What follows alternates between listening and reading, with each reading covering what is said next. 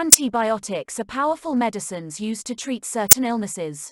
However, antibiotics do not cure everything, and unnecessary antibiotics can even be harmful.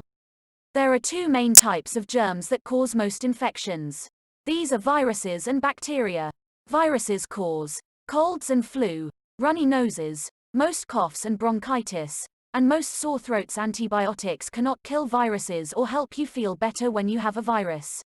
Bacteria cause most ear infections, some sinus infections, strep throat, and urinary tract infections.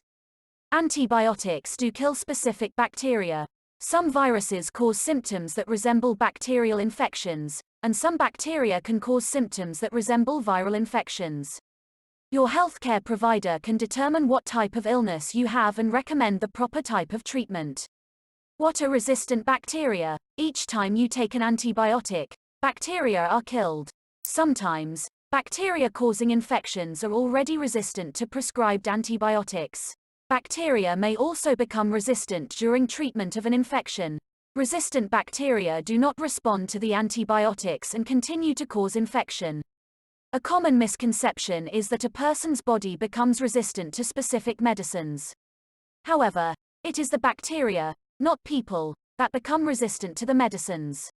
Each time you take or give your child an antibiotic unnecessarily or improperly, you increase the chance of developing medicine-resistant bacteria. Therefore, it is critically important to take antibiotics only when necessary. Because of these resistant bacteria, some diseases that used to be easy to treat are now becoming nearly impossible to treat. Bacteria can develop resistance to certain medicines. Medicine resistance happens when bacteria develop ways to survive the use of medicines meant to kill or weaken them. If a germ becomes resistant to many medicines, treating the infections can become difficult or even impossible. Someone with an infection that is resistant to a certain medicine can pass that resistant infection to another person. In this way, a hard-to-treat illness can be spread from person to person. In some cases, the antibiotic-resistant illness can lead to serious disability or even death. Resistance can happen if the bacterial infection is only partially treated. To prevent this, it is important to finish taking the entire prescription of antibiotics as instructed, even if your child is feeling better. When are antibiotics needed? This complicated question, which should be answered by your healthcare provider, depends on the specific diagnosis. For example, there are several types of ear infections. Most need antibiotics, but some do not. Most cases of sore throat are caused by viruses. One kind, strep throat, diagnosed by a lab test, needs antibiotics. Common viral infections, like coughs or a cold, can sometimes become complicated and a bacterial infection can develop. However, treating viral infections with antibiotics in order to prevent bacterial infections is not recommended because of the risk of causing bacterial resistance. Remember that antibiotics do not work against viral colds and the flu, and that unnecessary antibiotics can be harmful.